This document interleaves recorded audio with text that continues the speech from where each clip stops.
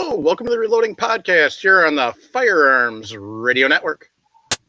Tonight, we've got a little bit different of a format. We have a special guest with us. I want to take time to thank our sponsors, Patriot Patch Company, patriotpatch.co. Did get the brand new patch of the month in, so of course, got to show them off. Haven't even gotten them out of the bag yet, so let me put that camera on me. So that's one of them. And because it's November and November special, you always get two.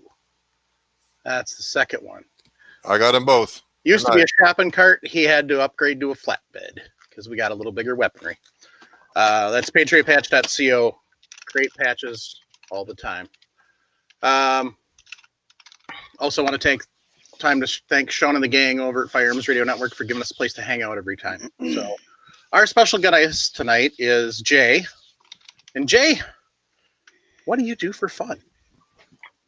Well, to tell you the truth, Mike, my livelihood is in teaching extreme long range, and my passion is in shooting extreme long range. So, what type of distances are you talking? Pardon me? I was going to say, what type of distances are you talking? You know, everybody has a different theory for extreme long range. We in the Extreme Long Range Shooting Organization, which I helped found this past year with 4 other of my friends, we consider it starting at about 1,500 yards and maybe going out to 2 miles and beyond. So tell us about your organization. Well, I'm an instructor. I certify law enforcement in sniping and tactical engagements, and I teach a lot of civilians extreme long range and long range classes. I think in the last couple of years, with a lot of the students that I've had that are shooting the 300 Win Mags and the 28 Nosers and the 300 Normas and the 7 Mags and some of your short action Magnums and stuff, they were really interested once they hit a mile in the class to keep furthering their ventures, and there was nothing out there at that point in time that gave them any kind of a place or a format that they could compete in.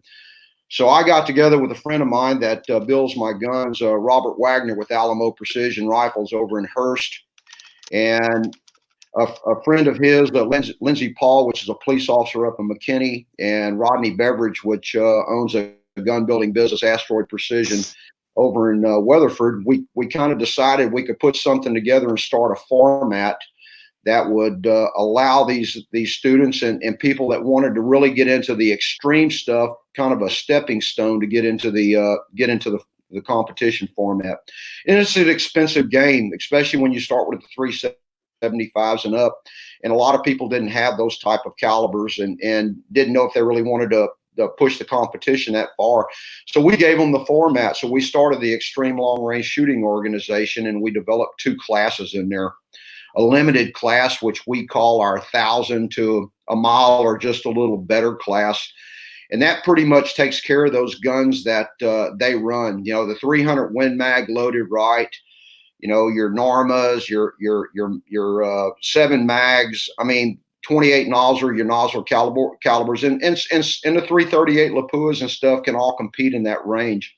Some can compete a little bit further, but those guys are able to utilize that. And they have a gun that they can go deer hunt with or shoot long range out for prairie dogs or whatever. So we started that format up, and I'm going to tell you, people drew to it like moths to a light. We really grew well this year with that limited class. We just finished our last competition. I think we held 6 limited classes this year, and the participation grew each time.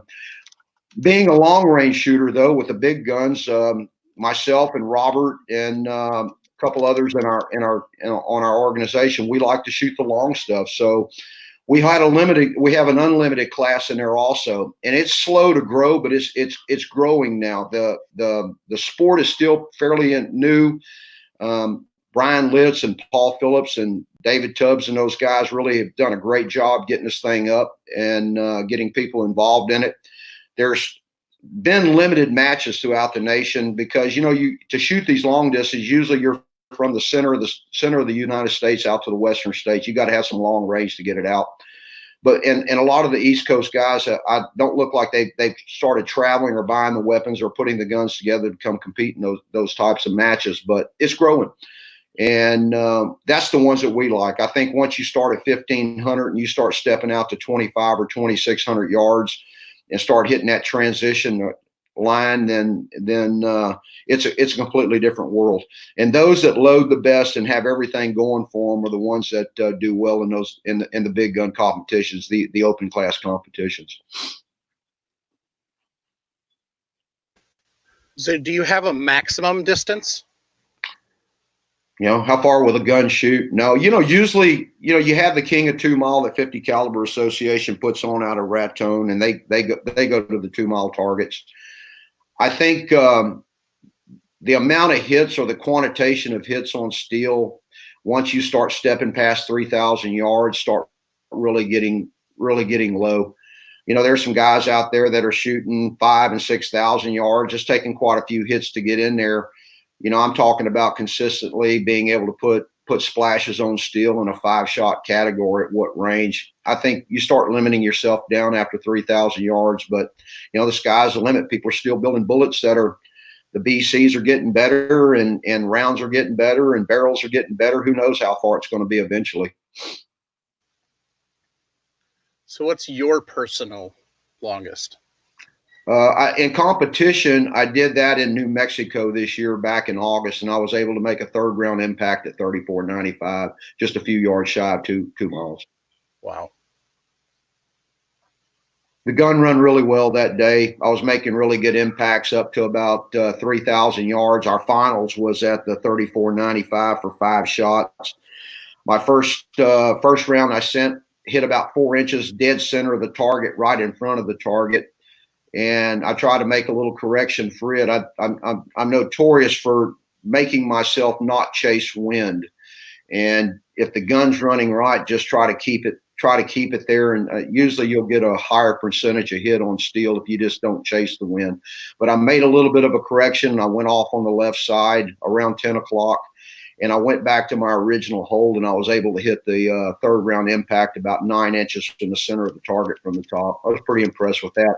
Then the wind changed, and you would have thought I was shooting in another zone after that. I mean, I was 20 and 30 feet away from the targets the last 2 shots. That's how quick it can change on you. Are you talking like a 5 mile an hour wind or 15 mile an hour? Obviously, that's a distance, so it's going to have a long travel time, but does it really take a lot of wind to make that much of a swing?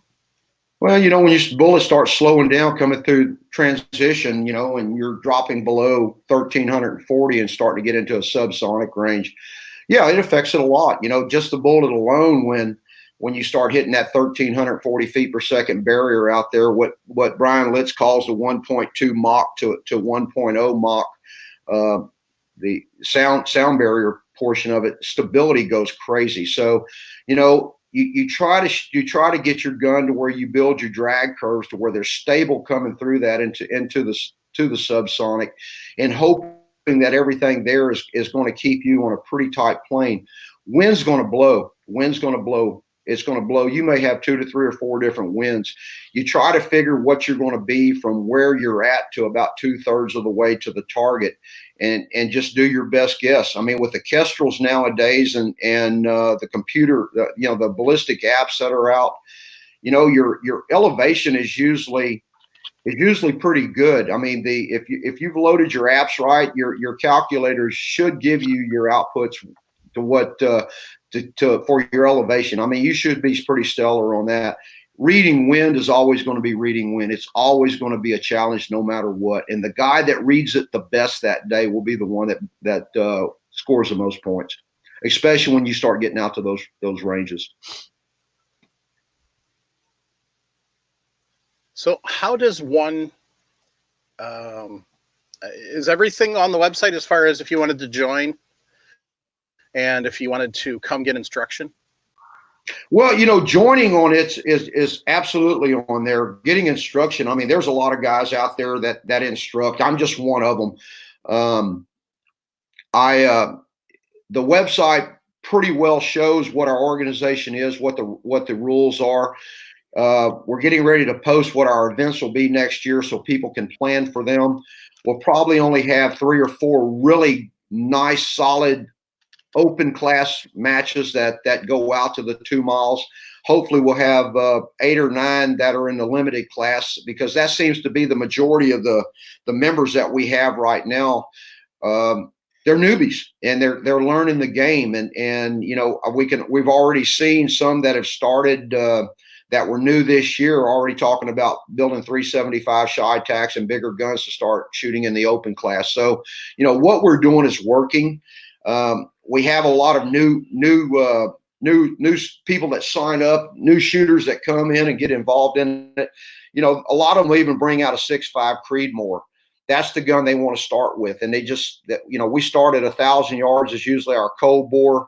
And then our first round will be maybe 11, 12, and 13. And it's 3 shots on each one of those targets. And hierarchy scores, it goes 3, 2, 1, 3, 2, 1, 3, 2, 1, 1 point for the cold bore that has to be shot. That's the end of one round, 10 shots.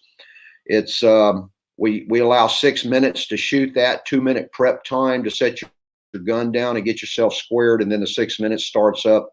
And then we go into the second round, and it's typically the same thing. We do a cold bore shot at 1,000, and then usually it's like 15, 16, and 1,700 yards for 3 shots each. And then we take the top 10 scores out of what we have that have shot the first 2 rounds, and they go into the finals. And it's a score at least a mile, but not over 18 or 1,850 yards. We don't want to overrun the guns to where the 338 Lapuas and some of the bigger Magnum calibers have a little bit more of an edge over that. So we try to keep the target at a mile or around 1,800. They have 5 shots to shoot it. Scored 5, 4, 3, 2, 1 for a count of 15. So if you've not done well in your first 2, but you make it into the finals, you know, if you shoot a pristine round that time, I mean, you can actually catch up and win. And it's happened a couple times in our some of our matches this year. As far as the instruction goes, there's a lot of good guys out there that teach. I mean, my name's on there. You can go to my Instagram, and it's at MilesShotJ, the letter J, or Mill Creek Shooting. And we can help you out there. Listen, I love to shoot, but I love to teach more than I do shooting. I think I really enjoy giving this back and watching somebody get out there that's never shot at any distance before. And typically the class starts like this. We zero the gun, and if they don't have the gun, a lot of times I'll put them behind mine. I want them to have that experience to really get out as far as they go. A lot of people are very apprehensive about believing they can shoot a long distance. And we get out there, and I'll let them zero at 100. We'll get it pretty tight and get them lined up behind their gun, try to eliminate a lot of the mistakes, get them where they stay down in their scope, squeezing the trigger the right way. And when we get that down, the next shot we take's at 1,000 yards. So I want to get them out to 1,000 so we can see what the bullet's going to do for that day. Just because it was shooting, say, 2950 yesterday, the bullet's going to tell you what it's going to do today, and that's because of the weather, atmospheric conditions, and everything else. So we shoot at a piece of steel and get a water line. We want to shoot to the middle of it. I don't really care whether the bullet goes off right or left. I just want to make sure that they're consistent in there. And then we take those adjustments on the scope based on what they've set their app up for, and we calibrate it. And from then on, they're pretty good to shoot the rest of the day. They can take that dope and that data and then go out to up to a mile, and usually get a high percentage to make splashes on steel at those distances.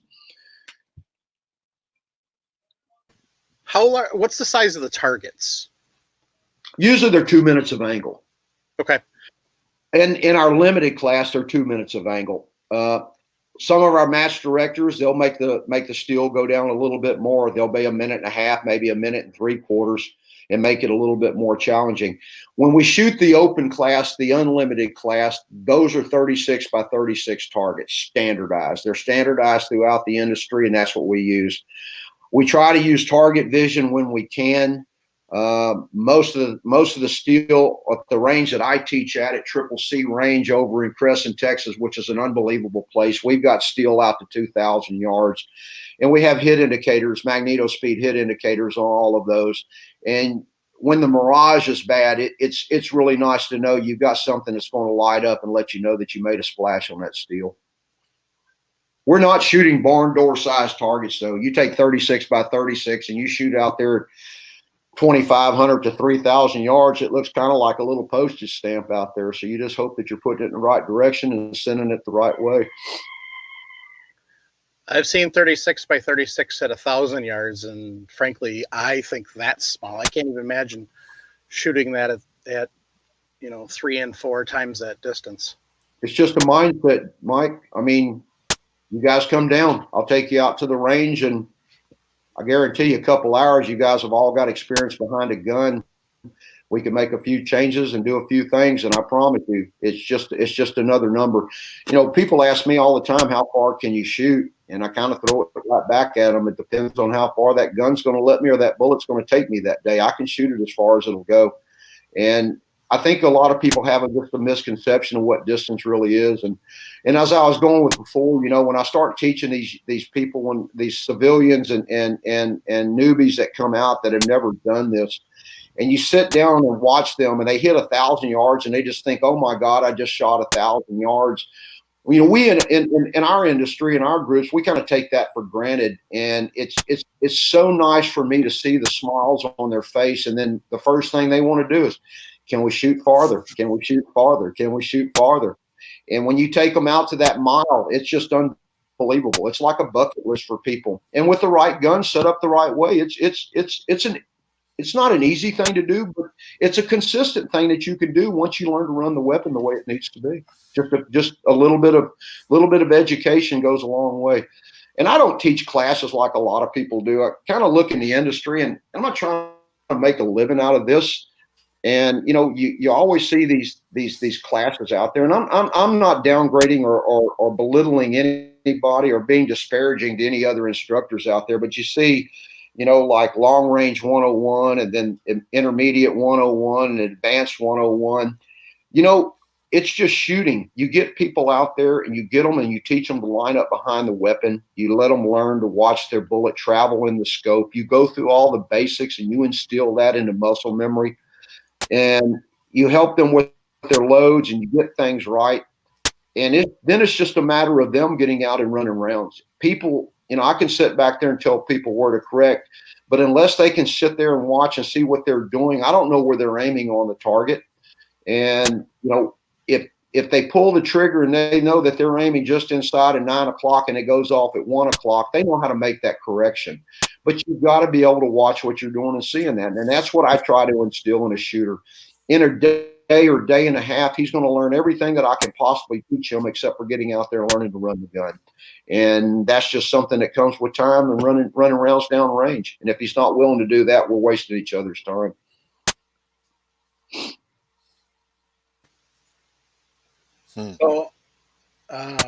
So you do most of your training at Mill Creek then? We shut Mill Creek down. I hate to say this, but the liberals up in Colorado shut my resort down. They pulled my permits up there because they didn't like what we were doing. So I brought my classes back to Texas. I live in Texas, and I live not far out of Weatherford. And I'm fortunate enough to have a range and people that own the range and the managers out there. And I teach some of my law enforcement out there too that have a setup that we can shoot steel out to 2,000 yards. And it's a great place. And they allow me to come out and teach my classes out there. And it's an unbelievable format. It's a great venue. It really is. Sad about Colorado, but yeah, unfortunately, that's kind of one of the, through one of the other podcasts on the network, I know one of the guys that's he had a training range out there that got shut down just outside of Durango. So, mine wasn't far from there. We were in Swatch County. I had a 640-acre ranch up there that we could shoot out to a little over 2,000 yards. And we had a resort. It used to be set up as a dude ranch, and we bought it. and set it up as a shooting resort. And it was awesome. It was a great place for people to come out and stay and shoot. They could run, they could shoot their handguns. They could do a lot of things. We taught a lot of classes out there. It was a beautiful country, high desert. You could shoot a long way and see a long way. And it's just sad. I don't want to get into politics tonight because you guys don't have enough time, and I don't either to go over the subject. But it cost me a lot of money. But I tell you what, the people that I met and the people in the industry that came out there, and I'm talking about writers and everything in the industry that I had a chance to meet and fellowship with and become family with, it was worth every dollar that I lost. This is a great industry. It really is. And this is a great sport. And, my students, they come as a client and they leave as a family member. I mean, we're all very close. We all try to help each other. I'd rather see them win than I do. And I know that sounds stupid and a lot of people may not believe that, but I get a really big kick out of that. My daughter shoots. She is the secretary treasurer of the organization, and I couldn't be more proud of her. She just gave me my first grandson, and I guarantee you he's going to be a shooter too. But she's young, and she gets out there and she runs a 28 Nosler that we had built for her, and I'm going to tell you, she runs it flawlessly, and I'm so proud to watch her win and see the students that I've had in the past and my friends and family get out there. I don't care if I get beat by anybody. I just enjoy being out there around everyone. Something satisfying about being out at the range and being able to just pull the trigger. It's a breath of fresh air in this hard society that we live in anymore. Yep. It's a good caliber, by the way. I don't shoot 28 Nosler. I shoot 280 Remington Ackley improved. Jim, it's a really good caliber if you've got a lot of money and you can put a barrel on about every 600 rounds. Well, I shoot mine a little tamer than that. Minimum load. We load a 184 Berger hybrid for her, and she's pushing that gun about 32-10. Holy cheese. And it absolutely shoots like a laser, and she loves the speed, and she knows how to run it in all the situations, and it just makes me proud. And whenever she needs a new tire on that car that she's running, I'm gonna stick a new tire on it for her. I guarantee you. You bet, Dad. I'll give mine up to see that she's able to compete. I promise you that. You bet. I thought I was doing good when I got 28.95 out of my 280. We push things to the limit. I shoot it's a 7-300 practical. I don't know if you're familiar with that. No. Robert Wagner is kind of his version of the 7-300 practical. We call it a 7 APR. It's a 300 wing mag case neck down to a 284. And we had been pushing a lot of the 180 ELDM Hornady bullets in there, but they started falling apart on us. So we had to go back to the Berger. And we loaded the 195 hybrids in it, and we're pushing it a little over 3,100 feet per second. But you talk about another barrel burner, but I'm going to tell you it's one that the wind doesn't affect it that much, and it'll definitely do the job. Sounds great. Sounds great. So say I'm a deer hunter, your average deer hunter, up here in Wisconsin. And I've been shooting 308 and 30-06 all my life at 100 and 200 yards. Sure. And I want to get into not necessarily 2 mile, but starting, 1,000 going out to a mile. What's a good caliber? And do I need to go out and get a chassis system?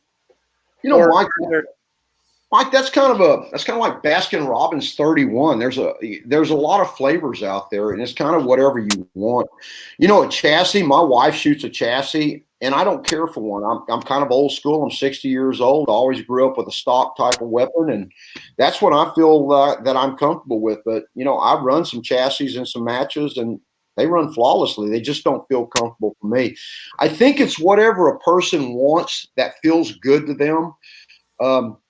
I would recommend that they try to at least get a caliber that drives the bullet supersonic up to at least somewhere around 16 to 1,700 yards to give you the chance to compete in what we do. And, as far as the caliber goes, it's kind of whatever you want. 300 Win Mags are good. I mean, loaded with a 215 Berger, if you're hand loading, and push them up to upper 29s to 3,000 feet per second. They can compete well. Got guys that are shooting 338 Lapuas. You know, it's funny you asked that. I have a few of my students and some people that have competed in the matches. The 338 shot by a couple of our members of the organization. One in particular is Terry Garrison and Jeff Medlin. They've won a few of our competition. One of our high point leaders this year. They shoot 338 Lapuas and they load for it. And a lot of the members that we've got and some of the competitors are shooting the 300 Win Mags and different calibers and they get up there and say, you know, do you think I need to change and go to a 338 Lapua? It seems like that's what we're doing out there. And, you know, guys, I'm just brutally honest with everybody. They may not like what they hear. And I just say, no, I think if you go back and fine tune your loads and learn to drive the gun that you've got right there, the best of its ability, you can compete. If you can't shoot a 300 Win Mag efficiently to get to where you need to be, what makes you think that you can go and step up to a bigger caliber and handle it the same way? I truly believe that. I think if a man will take one caliber and work on it, you have to hand load for this game to be efficient. The SDs on your bullets need to be extremely low. So you're going into transonic and you're tight on those farther distances. You know, everything needs to be in its right capacities to make this thing go. It's not one good thing makes you a shooter and one thing makes you a bad shooter. It's building on the positive things that get you there and trying to eliminate some of the problems that you have on the other end of it. So there's a lot to the game, but caliber based is just any caliber that I think that you can drive that gun that'll stay supersonic with you up until about a mile. I think you could be competitive with that without a doubt. Okay. Yeah, because that's kind of a couple of the questions that we had. What's your thought on the 224 Valkyrie? Is anybody? I obviously it's still a 224 caliber, so it's probably not stay supersonic that far. I just think you might as well just have a 6mm dasher or something if you're going to come out there and shoot with us. I think you need a bigger bullet. I think you need to stay you start bleeding off energy, and a lot of times I've been able to hit steel at 1,250 yards with a 223 and not even set an indicator off. So you bled energy. You can't see your splashes. If it does get there, it's not going to get there effectively like the other caliber is going to do. You're going to be limited all the way around if you try to caliber like that. Okay. So when you're looking at barrel length, is there a minimum length that somebody should look at, or is there obviously each rifle is individual and plus how you're loading for it, but I mean, is there like a minimum that you suggest, or is there a sweet spot for length? You know, typically what we shoot are 28-inch, and I think you can compete with a 26. I've got a few guys that are shooting 30s, but I don't think I would step down any lower than that. Something else we do too, Mike, is a lot of the twist on the barrel. We overspin our bullets a lot to overstabilize them, taking them out. You know, I shoot my 375 Shy-Tac right now. I've got a 1-in-8 twist on it. And I shoot a 377 grain cutting edge bullet, MTAC mono. And I think I'm going to step that speed up a little bit this year. I just ordered a couple barrels and they just came in, and I'm going to go to a 1 and a 7.5 with it and try to spin it a little bit more and see if I can stay a little bit more stabilized going into subsonic with it. But typically 28-inch, you want to try to get as much powder burn and as much velocity as you can pull out of your gun. You're in this game, you try to get everything you possibly can to get you down there where you are, and you've got plenty of energy and speed in your bullets. So is there such a thing as too long? Well, I think there can be. I've never had that problem because I've never had anything over a 30-inch barrel in the limited class. I shoot a 32 and a lot of them shooting 34s in the Shy-Tac stuff, and there's some guys out there shooting 36-inch barrels out there. But you know, in the limited class, I think a 28 is about as all around the length of barrel that I would recommend for anyone. Good brake is imperative on this too. A lot of us run Area 419 sidewinders. We want to take that recoil out of it. We're running Phoenix bipods on the front. We want that stabilization on the front end of the gun. You're trying to up everything that you can to keep that gun steady, where it's just coming back and recoiling a little bit forward, where you can keep your head down into your scope and you can watch that trace and see your splashes. You really want to make your own corrections in this game. You are the ones that know where you aimed at, and you'll know how to make those corrections. It's hard for a spotter to tell you. Usually the only feedback I try to get from my spotter is if I can't see it, or just confirm with me what I'm seeing is correct to what he's seeing.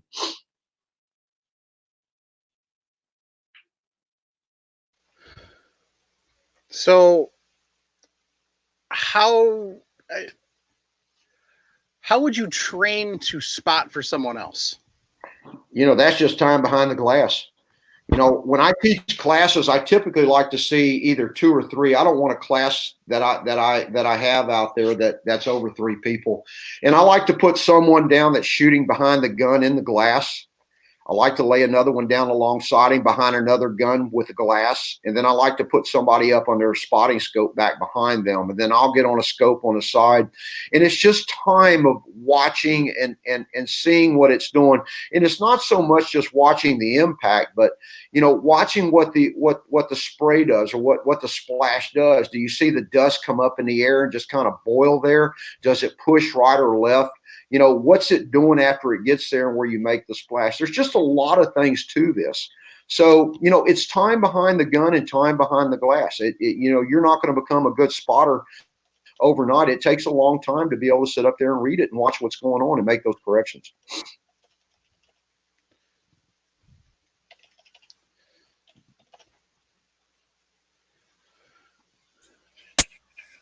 So when they're looking for bullet construction, we're going to kind of step into the reloading side of it now. Okay. When they're looking for bullet construction, obviously I'm guessing solid, non-lead. If you can run them, monos run the best usually, but you got to have a little bit more free bore in your barrel. And a lot of these bullets that you load on the monos, and even a lot of the hybrid bullets that are out there, you have to load them long. So I single feed just about everything I have. Most of the people that I know that are winning in the industry don't feed from a magazine. They just use it as a loading ramp. Almost everybody single feed. So, your bullets are really long, and that's typically the types that you're looking for to win these types of competitions, get you where you need to be. What's a typical day at your reloading bench? What am I loading for today? Am I loading for 375 and up, or am I loading? Okay. I like to take my brass. I use Peterson brass. Typically I'll buy 200 pieces. I think there's people that don't prep brass as much as I do, and win contests. I think the more preparation you can have, the better it prepares you for the little bitty things that could go wrong out there that work in your favor if you've got your loads right. I typically buy my brass and I weigh it and sort it. I try to keep it within a couple grains of each other. I sort it, and then I'll check water capacity in it and try to get an average of it. And that's where I start with building a load. And then I will, even though I just bought it new, shooting in a 375, I still anneal it again. I run everything through an amp annealer and anneal it. And then I'll clean it, and then I'll start loading. I typically go ahead and seat my primers, and then I take checking the necks. Most of the Peterson brass, I don't have to do any neck jobs with them. I don't have to do any neck trimming. They're pretty good. Lapua brass has been the same way. I know some guys will turn the necks, but typically I haven't had to do that with the 375. So I'll take it and I'll prime everything, and then I'll get some one shot out, and I'll put it on a Q-tip, and I'll run it up inside the neck, and then I'll take it over, and I run an expander mandrel through them before I charge them. Sinclair makes a really good one with the body die, and I just use a standard that's usually 2 thousandths out from the overall, and run everything through with the expander mandrel, and then I'll clean the neck back out again, and then I'll charge the powder, and then I'll go back. Then I'll go back again. I'll go ahead and start seating the bullet in it, in my and seat it down on the 377 cutting edge. They've got a gas check on their bullet, and I found that if you load somewhere in that groove is been pretty consistent with being able to seat that thing. I never go to ogive with it. The bullets are so consistent that I just do a case overall length, and I think it's 4.835 is what that one standards out at. And I've been shooting it now for almost 1,000 rounds through that gun, and it's just driving tacks. So that's a typical on the big stuff. After I've shot them, I'll bring them back and I'll deprime them and I'll clean them, and then I'll take them and I'll anneal them again. And then I full size everything. I know there's a lot of different theories, and what I'm telling you right now, I'm not trying to copy somebody else. I'm just telling you what works for me. I full size everything. I bump the shoulders back a couple thousandths in there because that brass has got so much pressure behind it with these loads that I want it to expand a little bit. I know there's a lot of people out there that say they just neck. That's fine. They can do that. I'm from the full size category, and we do that. And I bump the shoulders back, and then I'll go back through the same process again. We'll just clean everything up, prime it back up, and I'll expand the necks before I charge, and I'll charge everything, and then I'll seat the bullets in it and run it. And like I said, that works for me. I do sometimes take it a little further. I'll take it and run through a concentricity gauge after it's over with, and I've sorted them a few times. I do a lot of that in the limited class stuff, like my 7 APR. It seems like these 375s and the bigger calibers out there, they just run. They really do. A lot of people worried about tenths grains of powder. We start finding our node on them with full grains of powder, and I load to the half a grain in there. I know everybody likes running the really precision scales. My big guns, I run a Charge Master 1500 out there. It's close enough, and I just think you start chasing things that you don't need to chase. But one more time, that's my opinion, and that in a buck and a half will buy you a cup of coffee somewhere. But it works for me. I've won competitions this year. I plan on winning competitions next year, and I'm from the old school. If it ain't broke, I don't fix it. If I find a bullet that runs good and a node that runs good and speed, I stay with it. I just don't go look at the next new bullet that comes out there and start trying to change in the game. If it's working, I just don't go looking for something else. One of the questions just popped up was on the Peterson brass. Do you just do the match grade, or do you do their select grade? I use a match grade. Usually anymore, you try to get what you can find, but I found with Petersons, it doesn't really make a difference. I've used both of them. They're so consistent. Rarely do you ever find, I can probably have 100 pieces of Peterson in the 375. And this is last year. I haven't had any new brass in a while. I'm still running the stuff I bought last year. And, rarely do you have one that's 4 or 5 grains out. Usually they're all within 2.5 grains, and the neck consistencies and all of them are so close that you don't really want to mess with them. I really like their brass. I know ADG is building some really nice stuff out there too, Atlas Development, and I bought some of that. I'm building a new Wildcat this year to run. We're going to build a 30-28. That's a 28 Nosler case bumped up to a 30 caliber bullet. And we're going to try to push some monos on it. Actually, Dan Warner is building some bullets for us from Warner Precision out there, Warner Industries, and we're going to run a 198 grain flatline bullet in it, and I think we're going to be able to push that speed up to about 3,400 feet per second. And I think that's going to be a real wind eater and a winner for us. But back to the brass, I think Peterson just makes really consistent brass, and the stuff that I've seen from ADG is also. I've used some Bertram out there. I think it's inconsistent, but it's really good brass as far as the primer pockets holding together with these pressures. You do have to do some work on the necks and get them cleaned up a lot, but they've been running really well. And I know my daughter Haley has run those a little bit this year, and they seem to work real well. I haven't had a lot of good success with Hornady and with these pressure rounds and stuff because it seems like the pockets want to go out on them too quick.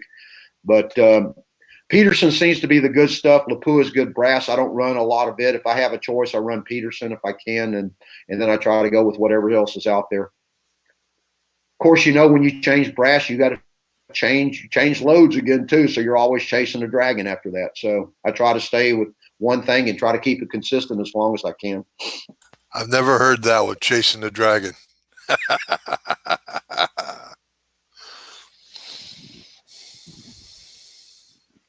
So one of the first questions was asked tonight is one of the listeners, Alex, is looking at getting a 6.5 Creedmoor mostly for hunting, but he'd also look to shoot out to about 700 yards or so.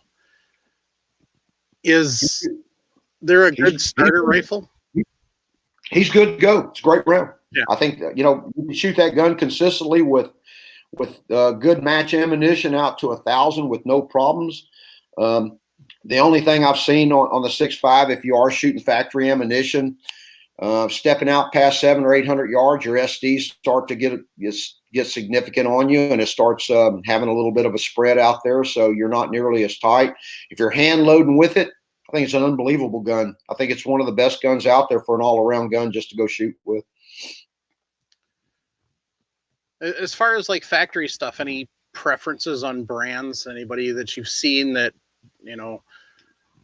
through your time in this sport on both sides of it, that in and out, there's 2 or 3 brands that seem to hold better than others, or is it more do you see more that the shooter and the ammunition is making more difference than the rifle itself?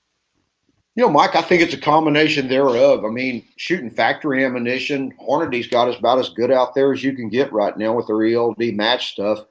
If you're hand loading, I mean, Sierra Match Kings, Cutting Edge makes good stuff.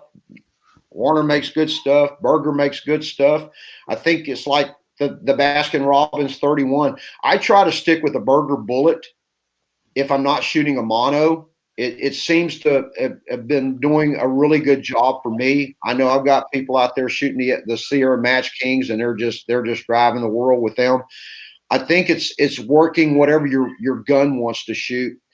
I was in the early stages. I'd say, I'd go buy a bullet, the new one on the block that everybody was all jacked up about and everything, and get it out there, and I couldn't make it shoot. And I just get dadgum determined that I was going to make that thing shoot, and I just didn't want to shoot it. So, you have to experiment a little with them and see what your gun really likes. And I think that's where a lot of people miss the boat. I think they want to go buy one thing because it's new and it's exciting and everybody's touting it out there, and the gun may not want to shoot it. I think you need to work with it and find what your gun likes and stick with that bullet. I think that's what you need to do.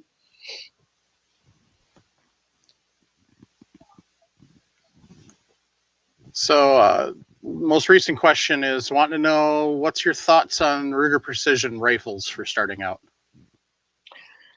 I've seen the Rugers, I've seen the Savages get out there and shoot. I think this year, I can't remember who it was, but I think he set a world record on with a production gun. They make good production guns out there. What I think limits in the production gun over anything is sometimes the barrels. Barrel seems to be about 80% of your accuracy, and I think once you get that one ward down, I think a man could shoot a production gun really well if he would just put an upper class barrel, maybe a better trigger on it. I have nothing against those. I've seen them run really well. So we've kind of covered the firearm end of it, and we've talked about the ammunition, and obviously hand loading is key. What about the other 2 major components in this, the bipod and the optic? I think they both have a place in it. Bipod, if you're shooting, a 40-pound gun or 40-pound plus like our 375s that we have set up, you want something that's going to dang sure give you the stabilization out there. And most of us in the industry are shooting a Phoenix bipod. There's a lot of people that are making bipods out there. Atlas 5H is doing really well, and I think it's a good all-around bipod. I like to see the sleds on it, and because what we're shooting, we don't want a lot of harmonics. We want that gun coming straight back into the body and then moving forward. But I would say Phoenix has the market on it right there. I started shooting it in the limited class last year and absolutely fell in love with it. I think it stabilizes me better in the limited class now, and I just think it's a joy to shoot with. The King of 2 Mile this year, they've stopped that. Alex Kordsman came out a couple months ago and put a blog out that the King of 2 Mile no longer will have the Phoenix bipod running in it. You're going to have to shoot an old-fashioned Atlas style or something like that doesn't have the spread. It's got to be able to fold up. Made a lot of people mad. You spend a lot of money on this these products in the industry to give you the edge to shoot and to do the right thing. And, a Phoenix is about $500. I mean, you're asking what I use and what I prefer to have people use is because it works. It stabilizes what you're trying to do. You can shoot whatever you want to, but the bipod is a big component in this game. It really is. As far as the scope goes, there's a lot of good scopes out there. I don't really want to tout one over the other. I shoot several. I've got a few sponsors that help me, and I shoot several. So I think the Night 47x35 first focal plane ATAC-R is a really good scope for what we do. I also shoot a Vortex Gen 2. I think it's a great scope. I think the customer service with Vortex is unbelievable. I got a friend of mine that's a member, and he shot our competition, my Fall Classic competition, my Mill Creek Fall Classic 2 weeks ago. And on Saturday, his turret's messed up. And he called me and he said, "Oh my God, I don't know what I'm going to do. Do you have a scope I can borrow to shoot next week?" And I said, "Listen, just get on the line, call Vortex, and tell them what the problem is. Tell them you're a competitor. You're going to shoot next week in a competition." And I said, I promise you'll like what they do. They immediately sent him a label. He shipped it off Monday. He got it back Wednesday. They gave him a brand new scope. He got it doped up for Thursday, and he placed pretty high in the competition with that new scope. You can't ask for anything better than that. I shoot an AMG on some of my guns, but I'm going to pass along some information. We started shooting. I had Athlon come down this year and made a presence at one of my early shoots in the spring, and they brought some of their scopes down, and they gave me one to run, and I took it out and I did a ladder test with it, a tracking test with it, and it's the ETR, the Aries ETR. I don't think I've ever seen any high dollar scope be able to out track that thing. I put it on my daughter's 28 Nosler. She's run it all year. It's run flawless. It's a working man's price on it. They do really well. They've got a good customer service behind it. I've probably had 25 of them that were purchased this year from Athlon to put on our students' guns out there. I can't say enough good things about them. But personally, I have not run the scope on anything big. Lindsay Paul has. She's one of the police officer I was talking about. That's our marketing director with the organization. She's run one on her 375 all year, and I think she's either farther in the points than I am. She's done really well with it. They run flawlessly. I think anything that's a first focal plane that gives you enough magnification to see good. You don't want to run. I have the high magnification. Usually I run mine about 22 power. You start getting out in the afternoons, Mirage gets really bad, and I crank her back down and shoot it from there. So you mentioned 2 tests that you do with scopes. You said, what are those, and how would somebody perform them? Well, it's hard for me to describe what to do. Yeah. You can go to YouTube and pull up a ladder test or tracking test, and okay. It's a tall target. And what it is, if you're trying to move up 10 MOA and 10 inches, you dial it up there and see where it tracks up and shoot the round and then see how close it impacts to the dots that you've got on there. It's a drawn out testing procedure with dots that you bring it up in increments to see if your scope is actually running to that. We do a lot of other things too, for accuracy. I do a ladder test with our loads a lot of times. Getting back to the reloading here, for just a minute, just because you're shooting zeros at 100 and shooting one hole there, and with a lab radar saying you're running 3,000 feet per second and your dope is good, and you get out to 1,000 and it's pretty consistent at 1,000, but you start stepping out to 1,500 and you start getting difference in your what your kestrel's telling you for your dial ups compared to where you're hitting. A lot of people want to go and say, okay, my muzzle velocity is changing. Well, that's not necessarily true. Everybody knows what the BC on the bullet is. It usually at that point in time, especially if you're shooting a lab radar or know that your muzzle velocities and your SDs are really close from where you are, but you're getting that change out there, your BC and your bullet's starting to change. So you can do a high ladder test with that and shoot it at 100 yards with this ladder test and knowing what your dial ups are. And when you get up to what 1,500 yards would be on your dial there, then it shows you that you're not in your groove. You may be 3.5 inches high over your target. So at 1,500 yards, you're already 45 inches off your target there, which takes you plumb off the steel. So, being and knowing what your bullet's going to do at all those distances is very critical. Not just good at 1,000. If you're not hitting at 1,500, try to figure out what it is. Usually it's not muzzle velocity. What you need to start doing is adjusting the BC. You're losing BC off of your bullet for one reason or another. Does that make sense? Yeah. How do you adjust the ballistic coefficient at 1,700 yards?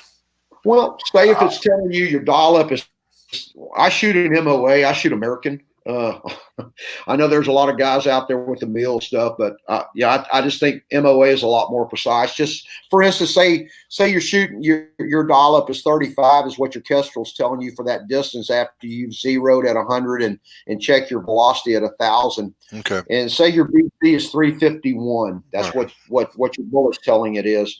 So you go to 1,700 yards out there and you dialed up 35 MOA, and you're finding it takes 37 MOA to get you on steel. So you're shooting 3 MOA short at 1,700 yards.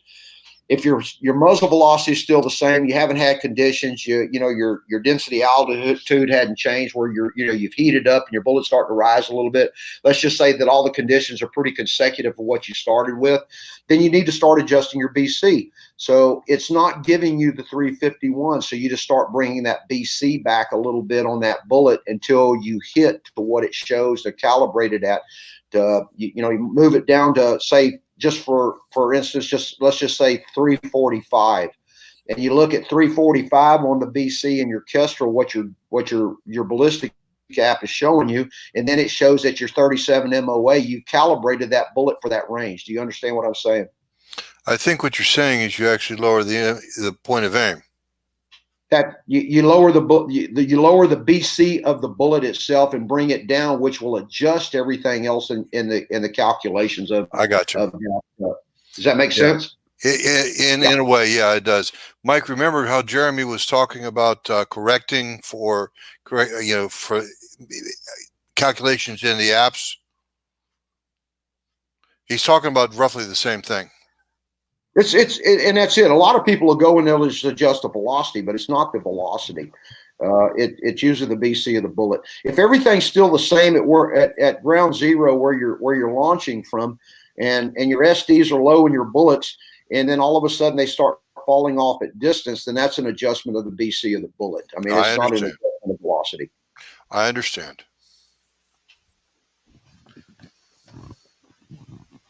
Wow. It's a real pleasure to talk to you, Jay. Oh God, I've enjoyed talking to you guys. I mean, as much as we can, I think it's real important that we share the wealth, and I think a lot of people in this day and age are just so caught up in life and everything else. I try to do things different. It's like I said before, I'd rather see my students win than me.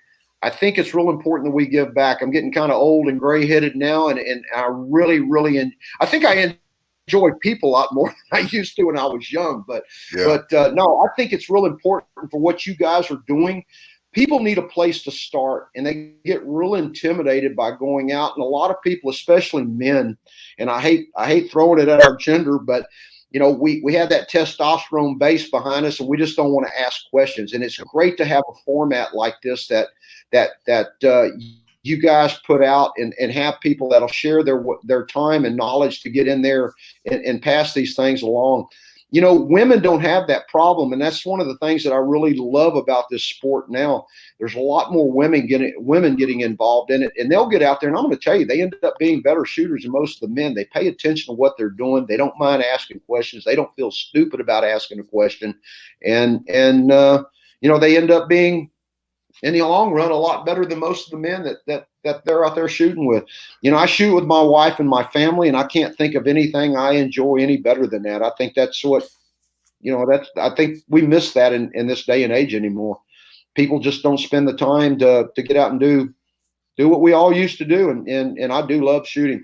I think the ELR sport is in its infancy. I think it's growing. I think some of the drawbacks to it are, in the big guns, is it's so cost prohibitive. It's an expensive game. Even shooting the 300 Win Mags and stuff can get expensive. But I think if you load, and you don't need to go necessarily have a custom gun built, like you talked about, the production stuff, a person just needs a place to start. And then if they like what they're doing, they'll see that, a Porsche runs pretty good, but a Ferrari runs a lot better. And then they save up their money, and they'll sell their gun, and they start building themselves up in the game. Jay, let me ask you a question. Sure. Forgive me for interrupting. Okay, because Mike and I cater to a lot of newcomers. Okay, and so for what you're talking about, let's just talk about the intermediate range. Okay, 1,000 and under. That's where I'd say the people want to start. Sure. What caliber would you recommend? 30-06, 7 mag, 300 mag, 300 rum, 7 rum, 284, 270. What would you recommend for the new guy? I don't think you need a big caliber gun for that. I think the 6.5 Creedmoors. I think there's a 6 Dasher, 6 BRs. Well, basically, you're talking about the 243 Winchester. Hey, lady, Sure. Are you paying attention? Yeah, you. Absolutely. You don't need a big caliber gun to shoot at those distances. I mean, right. I think it's an overkill. I think a 6.5 Creedmoor. I think you can buy factory ammunition to do that, and I think you can do really well with that. You don't need the big bore stuff for that. I'm not trying to embarrass anybody here, Sharenda. I saw that, by the way. Hey, you're ruining my justification. No, I'm not. You need to take and practice with what you got. That's really the whole thing when man has said. Practice with what you got. Upgrade when you can. The problem with me is there's not any space I have access to past. Keep looking. 100. You're in the heartland. You're out there where it's flat. Go out there and shoot outside the back porch. That bullet's going to travel for 2 miles. I'll tell you guys what I'll do. If y'all want to do it twice a year, if y'all want to get some of your members and followers together, you guys want to make a trip into Dallas, Texas. We all go out to Weatherford, get a group of 10 or 15. I'll spend the time and effort to go out with y'all, and I'll have everybody hitting steel out as far as y'all want to do. We'll make a day at the range. Anytime you guys want to put somebody together and come down here, it'll be my treat to take you all out and show you what it's all about. You're saying that a 243 Winchester can shoot steel at 1,000 yards. I'm saying I can shoot steel with a 243. No, I meant enough elevation and luck. I meant the cartridge itself. I'm not talking about anybody in particular.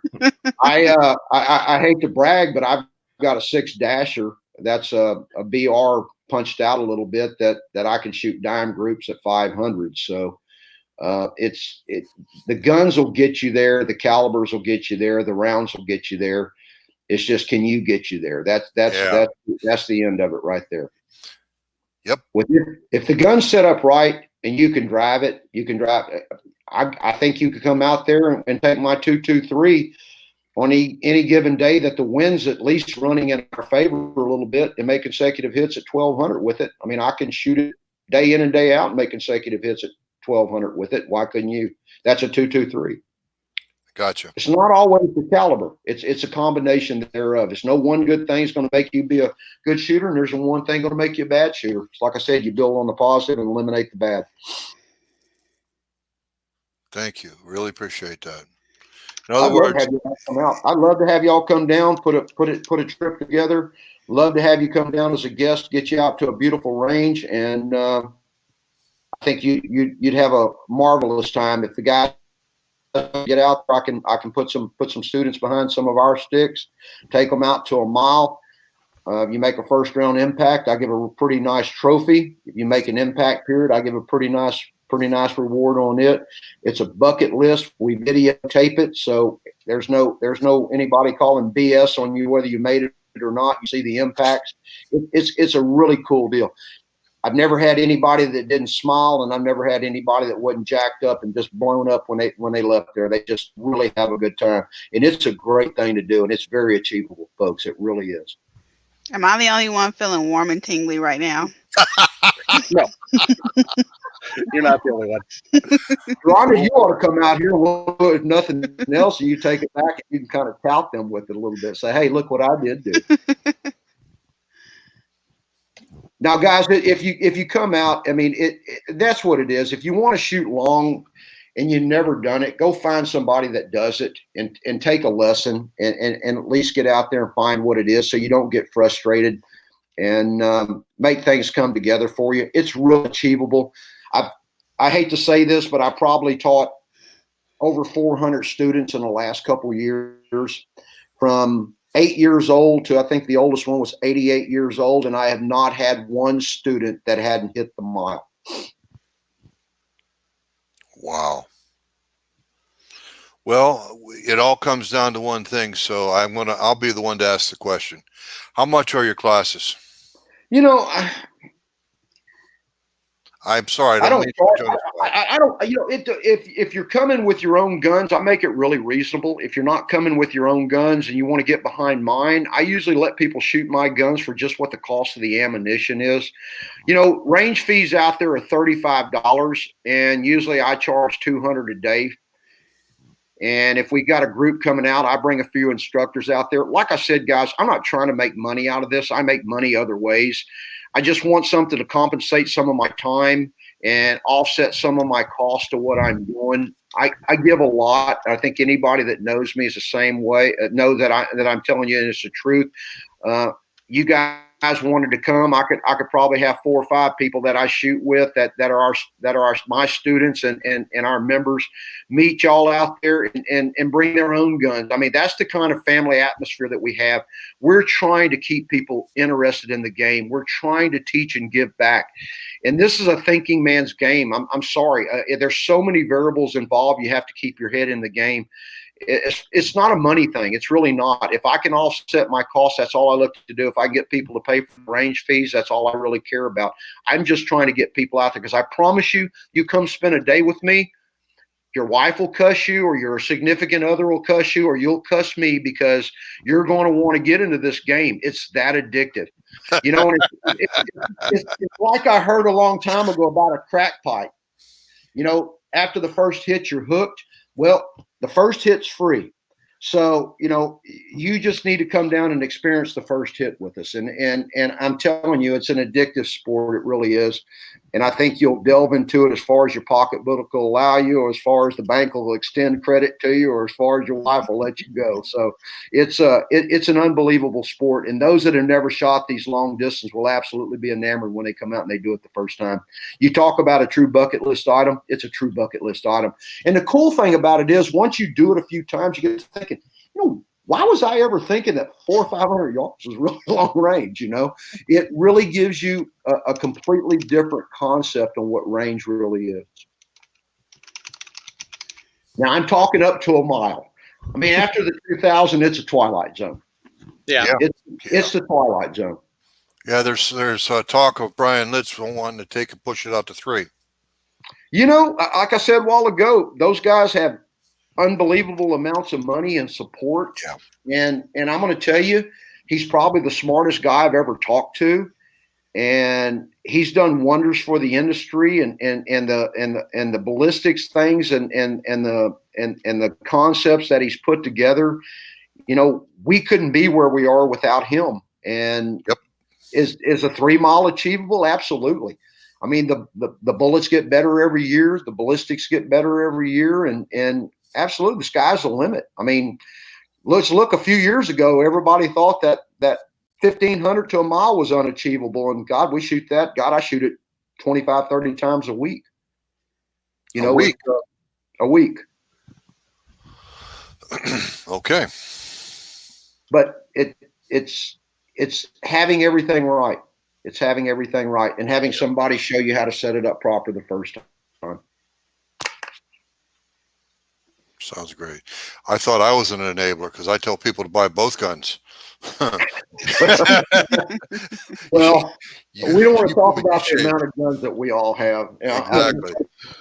I just hope that one of these days when I die, one of my friends tells my wife how much those guns are really worth. I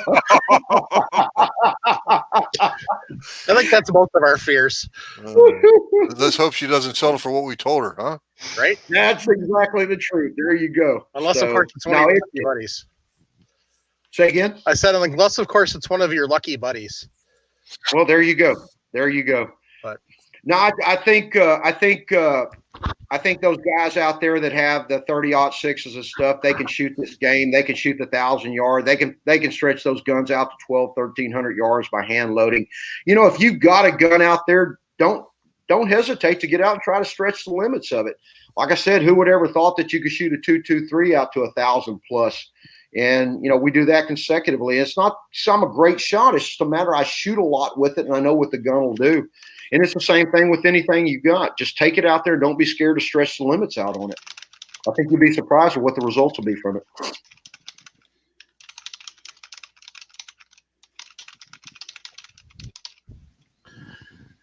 so here's an old wives' tale that I've heard, that you can use a 22 at 100 or 200 yards, and it will help you learn how to read the wind. Is there any truth to that? That's what I said a few minutes ago. Absolutely. I mean, I train with the 223. We have ELR contests now shooting a 22 rifle out to 500 yards. We're actually going to hold a couple of those competitions next year in the ELRSO, our organization. I was able to get behind the first one. I shot a Night Force match out in Wyoming this year, and they had a stage out there that Voodoo had brought one of their guns out, and I was able to take it out to 400 yards. And you can actually see the trace and what the wind is doing and the effect it is on there.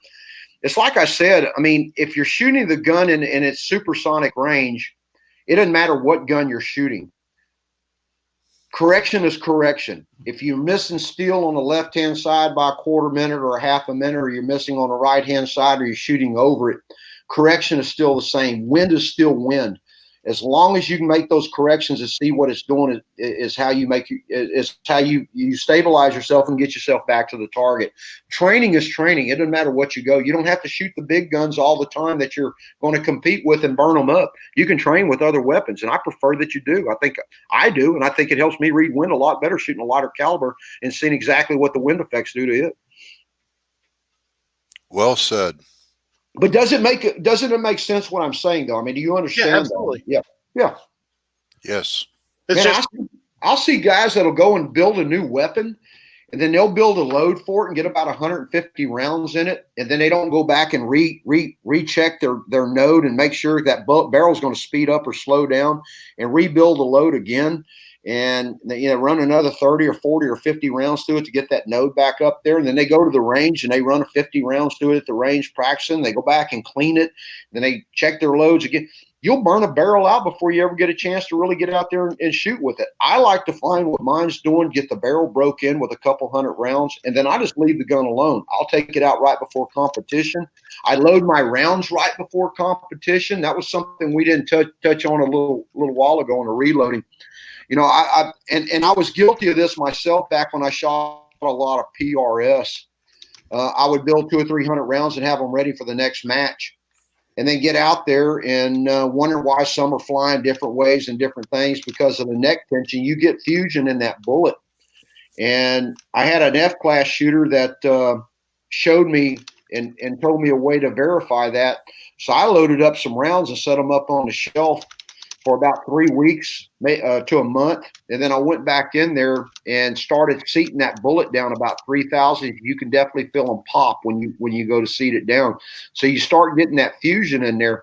Neck tension is another thing that throws you left and right in there. And that's why we run the mandrel through there to try to get that expansion and keep everything as consistent as we possibly can. But I like to load right before the competition as much as I possibly can, so I know those bullets are stable.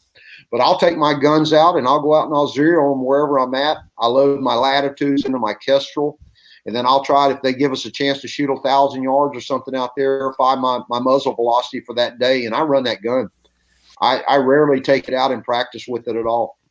If the gun's running, why change it? There's nothing that's going to cause it to not run any different right now than it was the time before. So, I try to keep everything as consistent as I can. We've had this discussion about this exact topic, not in this manner, but this topic about the bullet fusion in the 2 or 3 weeks, like you're talking about. Mike can tell you, we've had it way back when Jeremy was hosting for us. Well, I had a gentleman, and I'm not going to call his name because he may be on here tonight, and I don't want to give him credit for anything. But he's an F-class shooter, and we shot in a couple matches together back in the PRS, and he always beat me. I could win a competition or place higher than if he wasn't around. And I walked over back to my truck one day after the first round, and I walked by his truck, and he was inside of his truck, and he had an arbor press in there, and he was pressing bullets. And I go, man, I think you're taking this a little bit too serious, aren't you? And he goes, well, I always beat you. So I didn't have anything to share with him other than that. And we kind of took a liking to each other, and he started teaching me about that and telling me about that. And I'm going to tell you, it makes a big difference. I think a lot of guys use an arbor press when they're seating their bullets for competition with a dial gauge on there to make sure their foot pounds are pretty concise. I think I've loaded enough that I can tell if one doesn't feel right when I'm seating that bullet, I pull it aside and I'll use it as a fouler. I'll use it to practice with. I kind of want mine all feeling the same. I think if you take a little bit of graphite and run up in your necks before you seat your bullet, it takes a lot of that pressure out too and keeps a little of that fusing out of it. But yes, make no mistake about it, those bullets will fuse and you will start getting different SDs and different neck tensions on them. There is no doubt about that. I've tried it several times, and it just always comes out true that the longer the stuff has been loaded, the more inconsistent those rounds are going to be. What about one of the conversations that came up when we talked about this a few weeks ago was when you do your initial load, if say you're not going to have time to completely load the week before, so you got to load a couple weeks before, seating it long. Yep, that's it. And then the night before, do your final seat. I've done that. I do it myself. Yep, I do it myself. And I know I'm going to have a time restraint and know that I'm going to be pressed. I load, and I'll load about 20 to 30 thousandths longer. And then I'll just go ahead and final seat them right down to where they need to be. And I'm good to go. As close as you can do it to competition, the better you are. So after you're done with competition, say you shot your match, you're done. What do you do with the rifle? You just throw it in the case, put it in the safe when you get home, or what do you do for cleaning, maintenance? I'm guessing I clean mine immediately when I get home. The big guns that we shoot with the amount of powder that we push through those, when I shot PRS shooting a 6 Creedmoor and a 6 Dasher and the BR, I typically never did clean those until the rounds started opening up on me. I usually got 250, 300 rounds to it before I really started needing to clean it. These big guns with the amount of powder that we're running, especially running Retumbo and some of these dirtier powders, when you start loading 60 to 80 to 130, 35 grains of powder, they get dirty. So we come home. Typically, I'm old school. I use felt pellets. I use JB paste, and I use krill oil, and I scrub the hell out of them. I take them down as close to bare metal as I can possibly get them. If I know there's going to be a while in between competition, I'll run a light coat of oil in there, but I scrub the hell out of them, and I break them all down and clean them up as good as I can, and then I store them. Okay. Yeah, somebody was wondering if you just did a light cleaning on it to try and keep the copper fouling in there, if that's the case, or or any of that, or if it's so. That's why the cold clean bore is even more of a important. In our bigger guns, and it seems like typically in our limited class guns, I know I can speak about the 28 Nosler and the 7.8 PR and the 30-28.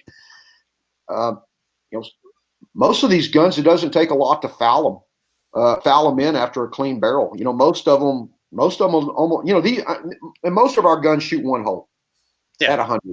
Our SDs on, mine the other day I took out and I shot around a 10 and I had a 2.5 SD on it with an ES of 5. So, we try to go through all the preparations we can to keep those numbers low. But I found it doesn't take much to foul them. The 375 Chi-Tech, usually it's 1 or 2 rounds with it and you're good to go. But I'm going to tell you, you start pushing 35 or 40 rounds through that thing and it starts gunking up on you really bad. It'll start flying on you. So you really want to clean them. We have it's a 25 rounds in our match, unless you get into the shoot off. So rarely would you shoot over 30 or 35. So we're good to go with those and in the limited class, but they foul a lot quicker than others. And you need to take them down. You need to clean them up. Okay. Yeah, that was kind of one of the last questions that came in. So,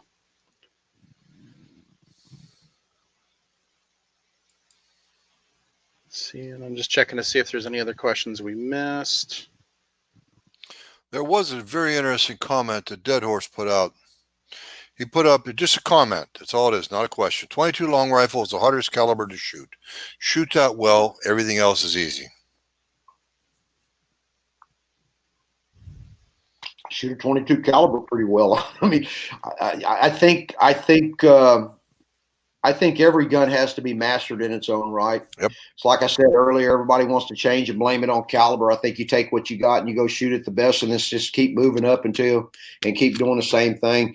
22, the way they build them nowadays and some of the ammunition that's out there, these guys are going to hit the 500-yard range, consecutive hits, start setting world's records with the 22s. Anything's possible. And yeah, they're a tough gun to shoot at distance, but so is everything else if it's not right. So, I mean, it's just a combination of having yourself and your gun right. And that's my opinion. It's worth a lot.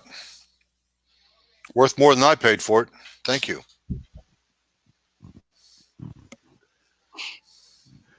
I'm just double checking here to see if we got any more questions that I missed. One that came up earlier. Do you know, is there, other than wheretoshoot.org from NSSF, is there a website that lists some of the ranges that do the longer distances that somebody could find? I don't know. I don't know if there is or not, Mike. I think you can probably Google it up. I know my daughter Haley's told me that she's seen some on there that's got different ranges in different places. Getting out to the mile or better in Texas, there's probably 3 or 4 places here that you can do it.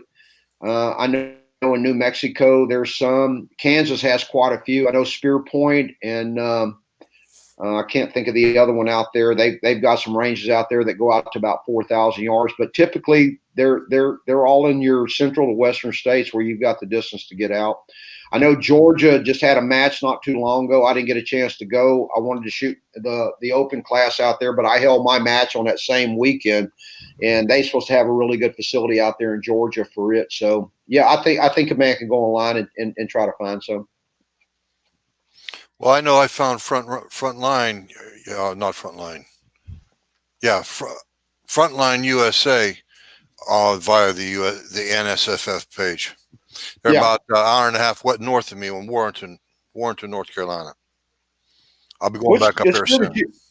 It's good that you guys have got some country out there. I think that's the limiting factor in the East Coast is with the trees and the makeup and the demographics of the land out there that it makes it difficult to get out in any area. You can make 1,000 yards challenging it by shooting lower caliber guns and different things. I mean, you can make it as difficult as you want it to be, different size targets and stuff. But to really test your limits on some long range stuff, you're going to probably have to come to the Texas Central States or somewhere out west and really let those things run. I sure would like to see you guys come out sometime. I really like to take you all out and let you exactly see what it's all about. Maybe you come out and do a podcast from the range and let people actually see what we're doing. See if we can put some target cameras up on some of the steel and watch some long impacts. See if we can get a lot more people involved in this extreme long range game that we're starting to play. A question just came up from a friend of ours, Jim Madaw. Shooting technique, what do you do when you're actually laying behind the rifle? When breathing control, heart rate control, stuff like that. It's I'm a sniper. I mean, it's the same thing that you would do behind a gun any other time. You get behind the weapon, you line up properly. You want to make sure that you're looking square through your scope. You want to make sure your parallax is good. You've got clean vision. You want to lay there and you want to relax. You act like you're behind that gun for the rest of your life and you're using it as an extension of your eye. Breathing's breathing. I don't recommend people taking the deep breath and holding it. And I try to get people out of that I'm teaching and law enforcement and all the above. You see a lot of them get behind the gun and they'll cant the back end of their waist. They kind of look hooked laying behind the gun. You need to be straight behind the gun. You need to open your legs. You need to drop your heels. You need to relax and let the gun come right back into your shoulder and move forward again. And that's what you want. You don't want to be all tightened up into your gun. It's kind of like dancing with a woman that you danced with a long time on a slow song. You just get out there and kind of move into the music. You're just kind of barely touching each other and you're just kind of flowing with it. And that's kind of what you want to be with your gun. You want to get into it and you don't want to be all tight. You don't want to be gripping it and over handling it. You just want to be behind it. When that gun is sitting there with you behind it, it's the most accurate it can be. We're the ones that cause the infractions and the deviations of where that bullet's going to go by the way that we manipulate it. So the least amount you can get back in there. Breathing is back again. I like to relax. I lay behind mine and I just breathe normal. When I find my target, I don't even know I break the trigger. I do a lot of dry firing behind my guns during the week. And, our triggers are set fairly light. I think on my 375, I'm about 4 ounces. And I think on most of our other guns on the limited class, we're 4 to 6 ounces on those triggers. We shoot a lot of the Trigger Tech Diamond, a lot of Jewel. And they seem to be the ones that everybody's running into competitions and they break really clean. But I settle in, I find my target, and I do everything, try to do it exactly the same way each time. I find my target, I relax, I get my finger up on the trigger, I start getting a little bit of pressure there. The last thing I look at is my anti-cant level to make sure I'm level. I go back into my scope and I settle down and I just let a little bit of a breath go out and the trigger breaks. I can't actually tell you I know when I break the trigger. I do things so routine that it's just kind of like riding the bike. It's just like pedaling the pedals. You just do it. And I think when you become one with your gun, you do a lot better. Breathing's just breathing. You just don't want to get in there and start manhandling your weapon, though. The less contact and the more that you fit up in there without wrestling it around, the better that gun's going to go. Because what you want is you want the gun to repeat the same way. You don't want it to shift and jump around where parallax changes and you're getting a different vision in the scope each time. You just want to be there and just manipulate the bolt and do what you need to do and come right back into the next shot. And it just takes a lot of time and practice to get to that point. I think that's the key word right there. Practice, practice, practice, practice. And you said it when you say you dry fire your rifle quite a bit through the week. I think the more that you can get behind that weapon and become one with it, the better off you'll be in any competition. And it just becomes muscle memory.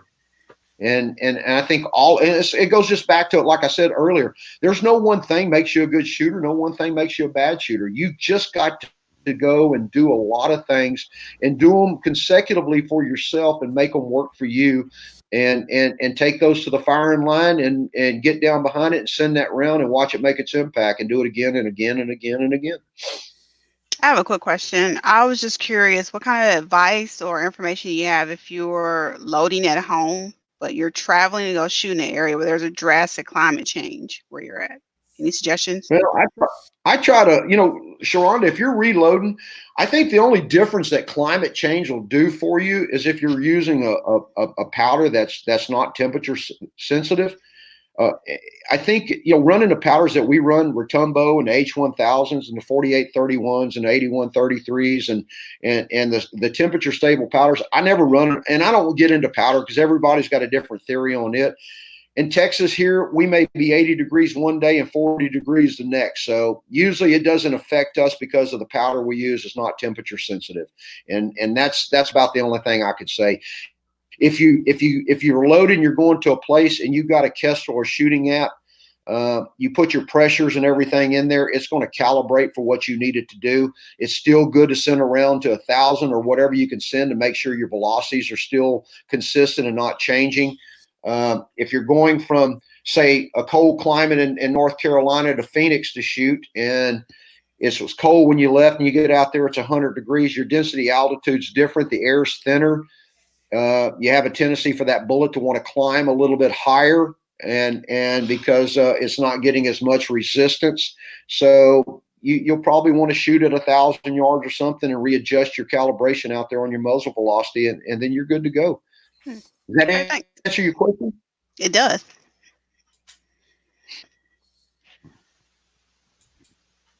One of the questions from the chat is, would you recommend using the same stock or chassis in a training rifle that matches your main rifle? So say if they're going to get a downloaded caliber, if they're going to use a chassis system for their long distance rifle, should they use a chassis system for their downloaded rifle, or honestly, does it not really make a difference? I can answer that for myself. Like I said, I think everybody's an individual. Every gun I have the same stock on it, if that answers your question. Succinctly. Very much so. I when I get down, I don't want to have to think about something feeling different. Like I said, it's the same consistency that I'm looking for. The only other gun that feels different to me is my 375 Chi-Tac, and I shoot a Macmillan Beast on it, and it's like a 4x4 post, and it just takes a lot of getting used to, and it's the only one that I don't run the same. And I've got it down now that I've shot it enough that I've got muscle memory in it, but I can definitely tell the difference when I crawl behind it from my other stuff. The other stuff, I can't tell one gun from the other.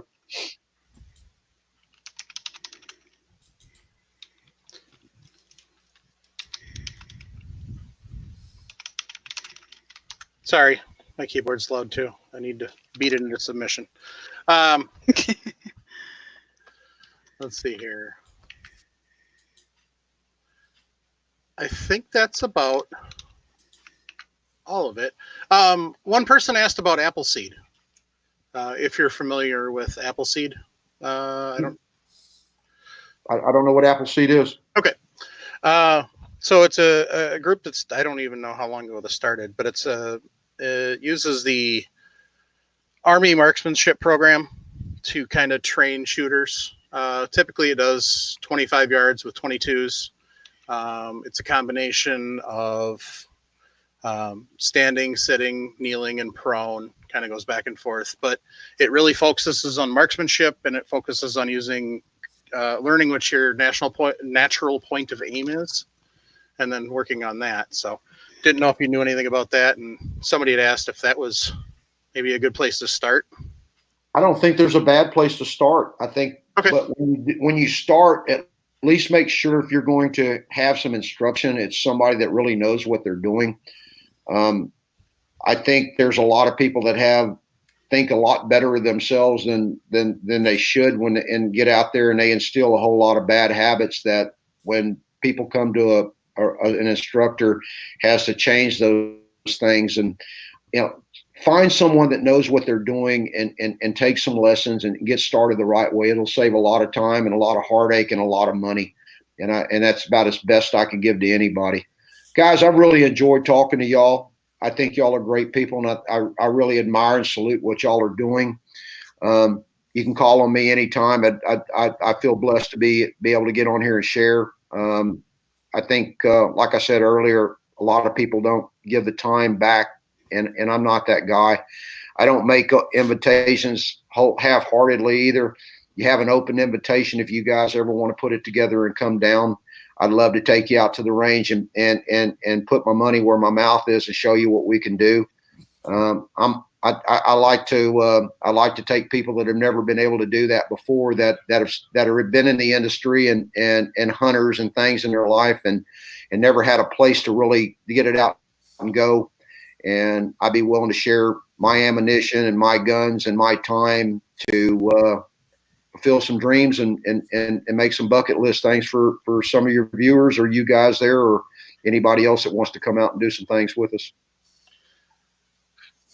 We greatly appreciate the offer, and we'll definitely get in contact with you to work on getting something set up to bring the podcast down and definitely do a weekend and, kind of in the spring, see a bit more of what you do and what's all involved and stuff. And just like you, we love giving back. That's why we do this. And we love sharing the knowledge and the info. So, and this is it. None of us really have any experience and knowledge in. So, definitely be working on setting up something for next year. Guys, I mean, anybody that's out there that has questions or wants to visit on a one-to-one base, I spend a lot of time talking to people on the phone. You can find me under millcreekshooting.com, at MileshotJ on Instagram, and my number's on the Extreme Long Range Shooting Organization website. I like to talk guns. I like to talk ballistics, and I'd be more than willing to share anything that I've got that I can help anybody with anytime. We greatly appreciate that and greatly appreciate the time. So, it's been my pleasure. You guys are awesome. Really enjoyed it. Thank you very much. I'm so glad that Haley reached out and we were able to set this up finally. So, and I'll have links to the organization, Mill Creek Shooting, and a couple of the different products you talked about. I've got a link for the Phoenix Bipod and Alamo precision rifles. And let me ask you a question. Sure, is Haley on YouTube right now with us? I think she's behind my desk right now on the side of the desk. Would you like to talk to her? No, we have a Haley Byram in the YouTube chat, and I just thought that might be her. She's over there YouTube, and that's her. Okay. Yeah, she's welcome, Haley. If I do something wrong, she kicks me under the desk. So I tell you guys, I think I don't know how many people get to share with their daughter or their son, but I think out of everything I've done in my life, the biggest enjoyment that I have is to watch her get out. And I knew when she was young, I bought her a little Chipmunk 22, and she started shooting it. And she was up 8 or 9 years old. I have a ranch up in the Texas Panhandle then, and we were sitting out on the porch out there, and she would just shoot circles around me with that gun. Yep. And she's always been a competitor, but a very gracious competitor. And I don't think anything I've ever done in my life I've enjoyed any more than sharing trips with her out hunting and in the field and watching her come into her own and winning matches and beating me. And I can't wait to have this grandson of mine to where I've already got him out reloading with me now. And hopefully he carries on the footsteps and becomes the type of person that I know he's going to be. And I look so forward to it. I feel so blessed in my life to have them in my life. Amen. Well, Jay, we'll let you get going, and definitely appreciate the time. And if we get some more questions, there we go. There he is. Right here. There he is. That's my soon-to-be reloader right there. Awesome, guys. I really appreciate it. Like I said, anytime you need some information that I can help with, just let me know. You bet. Anybody out there wants to talk one-on-one, just give me a call. I like to talk guns and I like to talk shooting. So you guys have a blessed evening. Thank you. Have great holidays and be safe. Thank you. Thank you for your time, sir. Be well. Thank you, Jay.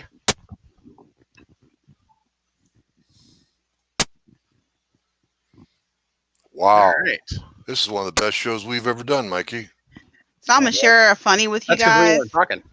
I just realized I took a whole bunch of notes. And I Right. can just go back and rewatch the podcast. I wasn't going to point that out to you, but I thought about that. I'm like, why is she taking notes? Because this is recorded on the internet. Well, it helps me remember better. Like I said, I let you have it. I figured you knew something I didn't. Well, there's video notes right there on YouTube, Yeah. and you'll remember every detail then. Well done, lady. Well done. Seriously. And I didn't mean to embarrass you, but I did see that when you thought I was trying to embarrass you. Oh no, I was like, oh crap. No, because I was thinking, oh crap, he just ratted me out like the other guy on here. No, I didn't rat you out. 243 will do the job for you. No, we want a new gun. Yeah, what's this matter with you, Jim? Oh, duh. That's what that look You was want- like. Then you Got want a it, Jim? 300 rum, dear. You want, or 7 rum. Yes. 7mm Remington Ultramag. Yes. Great enabler has what struck I again. have is not gonna get the job done. Yes, ma'am. Jim.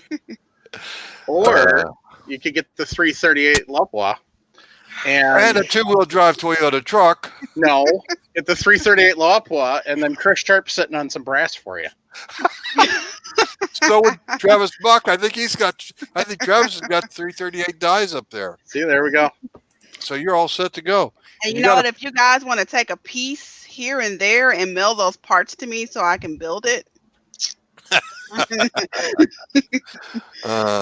We're still live, by the way. Yes, we are. That's why I just shot you on the bird instead of saying what was on my mind. I didn't see a thing, Phil. I was sneaky about it. So The was good news, she. though, that's a shorter distance for you to travel. That's right. Just over into Texas. Dallas? Yeah. 10 Yeah. hours? 10 hours? 8 to 10? Probably 35 for Holy me. crap, that is a long distance because it was only 13 from here. Yeah, you got to think about. I got to drive just to get to Texas. I have to drive all the way across Louisiana because I'm only 30 minutes away from Mississippi. Oh, So I got to drive all the way across Louisiana, which is 4.5 hours, and then that's going to put me in Texas down by Beaumont. So Yeah. then I got to go to then I got to get cut. Actually, yeah, you got to drive up. So yeah, but I think I could actually cut off at Lafayette and start heading kind of northwest from there. there you go. It's still going to be 8 hours no matter what. Right. And the only thing I have with any legs is a 308, which like I've been telling guys in the chat, I'm not saying a 308 can't hit 1,000 yards. I'm saying I don't know if I can hit 1,000 yards with 308. That man that was on this show just told us that he'll have all of us shooting 1,000 yards within a weekend. He's never had a student yet that couldn't do it. I'll bring a 22 and put him to the test. Hard ass. I will bring my daughter's chipmunk and be like, "Here you go." Yeah, right. You wouldn't do that. You I- might do it. You wait, might do it for a wait, I gag, but wouldn't? you're going to have the backup. You will have the leg backup. Yeah, but don't ever say I wouldn't pull a gag because that's like waving red cape in front of the bull. You bet. Kachoro Soto is saying, yes, come to Texas. Triple C is a true paradise. And I guess it's supposed to be an hour away from Dallas Fort Worth. Yeah, I wouldn't. Daniel Anderson's got a good point. You can fly with firearms, but I'm not going to try it. I would ship my firearms and then fly or carry them with me in my truck. I flew with firearms to Vegas last year. Yeah, I well, flew in August. Good for you. And you've never heard of the guys that got rerouted to Chicago or New York, huh? And then got arrested for claiming their. Mhm. Yeah. So that has happened. My That- pops just sent me a text message, 7 hours. Of course, I'm not sure if he's counting from where he lives or I live. We're not in the same town. What was that city that he what's said he his was in comment? again? What's Who, that? I'm in? Or No, the important guy. I'm just kidding. Jay. You're important.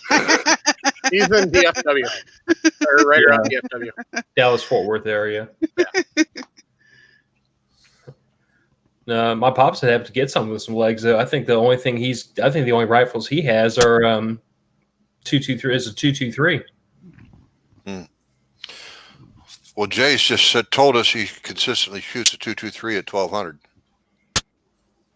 I tried my Chris, 223 at one time at 800. I couldn't see the splashes. Well, bear in mind, Jeremy Rowland said way back in the day that he knew F-class guys that shot 1,000 with a 223. Yes. But even he said they were beating those bolt handles open with a 2x4 Uh-huh. because they were loading them so hot. Mm-hmm. I don't know. I do miss having Jeremy on the show. I mean, he's one of those guys like Jay that's forgotten more about long range shooting than most people know. Yeah, we've tried to have him on a few times. Unfortunately, scheduling hasn't worked. So, but we're still working on it. So, Talking about Jeremy. Yeah. We got to be nice to have him come back, wouldn't it? Yep. Even just for a single show, he was a hell of a lot of fun. Yeah. And I missed that drawl. You're talking about that boy talking from Arkansas. Yeah. I thought he was from Alabama. No, he's from Arkansas. Oh. Why did I have Alabama? Don't you remember? You might not have been around at the time when he went up to meet Swampy, or down to meet Swampy. Yeah. No, I don't think I was on. I may have just met y'all at that point. Well, he went down with Alan Tabor, and he learned a lot about casting in the day that he spent with Alan. I can believe it. Swampy has forgotten more than what a lot of us know. Yep. So K. Charles Soto, just so everybody knows, actually is a student of Jay's. Right. So he's got a lot of good information in the chat. So if you watch the video, you'll see that. So. Wow. What a great show. I'm thinking even my rear wheel car might make it down there. Wait a minute. You both spoke up at the same time. Ladies first. I was saying even my my rear wheel car will make it down there in the spring. What'd you say, Mike? One of the guys that Mac Raven lives about 45 minutes from me, and we've been talking about, but we're definitely going to do 1,000 yards next spring. Mm-hmm. So, but think about going back up to Frontline USA. There you go. He's got 1,200 up there, but that's usually reserved for the working guys, for the guys that do that professionally. But anyway, what a great show. Yes, indeed. So on that note, I want to take Dead Horse has got a question. Anybody in the panel have experience with Lee Precision Reel bullets for smoke poles? If you do you lube them or not?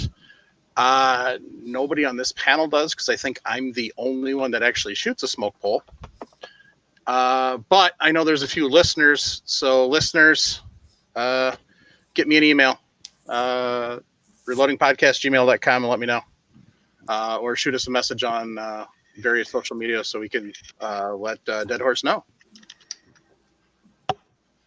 Dead Horse, if you would, contact us through Facebook or MeWe so Mike can be sure and have a direct channel to you when the information comes in, if you would, please, sir. And by the way, lady, you're on your own when it comes to coffee. I saw the invite out there. I was like, coffee where? Well, if you want to drive up here, come on. I just found out one of our listeners is another one of our listeners is about a half hour from me. What? And so we're going to meet up for coffee and maybe do some shooting. Cool. I do like bourbon. He lives up by the range, one outdoor range I like to go to.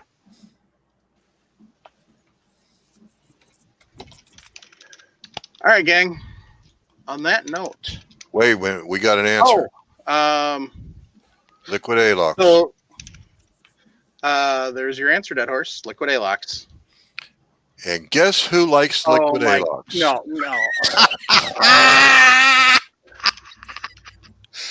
Jim Adah, you just earned a bunch of kudos and respect from me. Thank you, sir. You know, Now I you've thought done we it. were done with all the dead beaten jokes, but just like Jim's age, it just keeps getting longer and longer.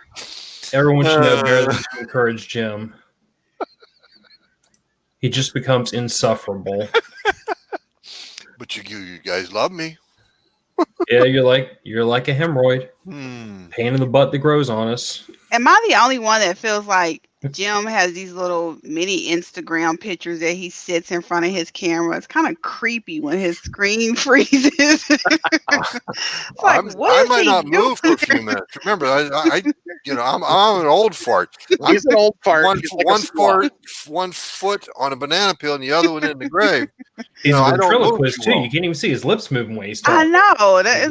like, is he asleep or what's going No, on? I ain't over there? asleep. Hell, I was sitting there paying attention to everything Jay said.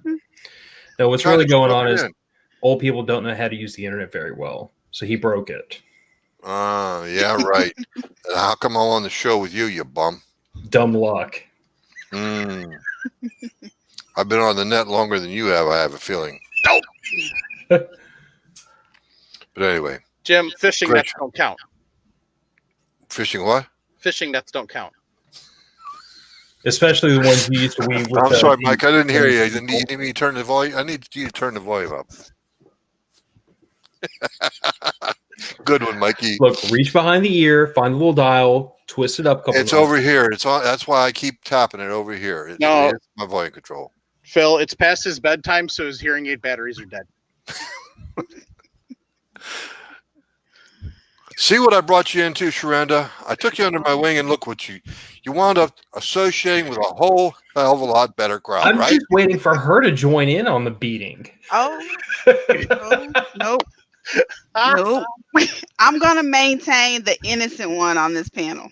Oh, that's not The going nice, with us. friendly, innocent one. We're all supposed to be brutally honest with each other, not by trying to take and tell lies. We are a horrible influence on people. We will have you trading old man jokes Jim's within like a- weeks. Like a Tia cat, or like a cat, like a tabby cat. I sleep 23 hours a day. Yeah, I just broke the internet like Al Gore invented the internet. JH 586 had that. I like that one. Oh, good grief. Ah, well. Thanks, Jim. I really appreciate you backing me up on that liquid Alox thing. Can't wait to take him throw it in Travis's face. Oh, good grief. I wouldn't throw liquid Alox in Travis's face. It'd make a mess. Get all sticky and tacky in his beard. Ooh. That's not cool. It's a pain in the butt to shampoo a beard, I would know. Yeah, Keiichiro Soto, you are on the regular time and the regular channel. Is he referring to the YouTube or to the when the show airs like on iTunes and everything? YouTube, far as I know, 8 p.m. Eastern time. Wait, we're on iTunes too? Oh yeah, Audio. Man, I'm so old. iTunes. And you are audio. now known internationally. Huh? Yeah, you. We have an international audience. The one with the blue press behind your right shoulder. Yeah, that one. At the other right. Oh.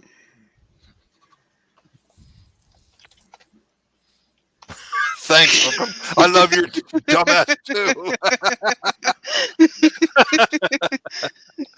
Oh, good grief. Jim's leaned out of your barrels. Cleaned out my barrels. Whatever. Yeah, I know. I'm going to look into quiet keyboards this week, so. Can you send me the link when you find one?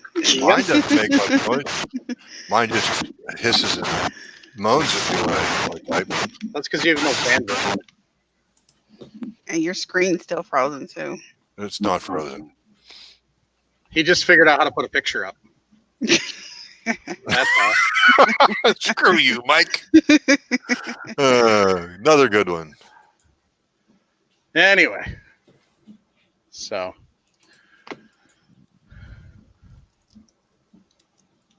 Anyway. I'm just looking at the chat, so. Thanks everybody for tuning in. Thanks everybody who gave us a thumbs up. If you're watching this video later, give us a like and a subscribe. And if you want to torture us and make smart aleck comments from the chat during the live broadcasts every Tuesday night, 7 p.m. Central, feel free. We love it.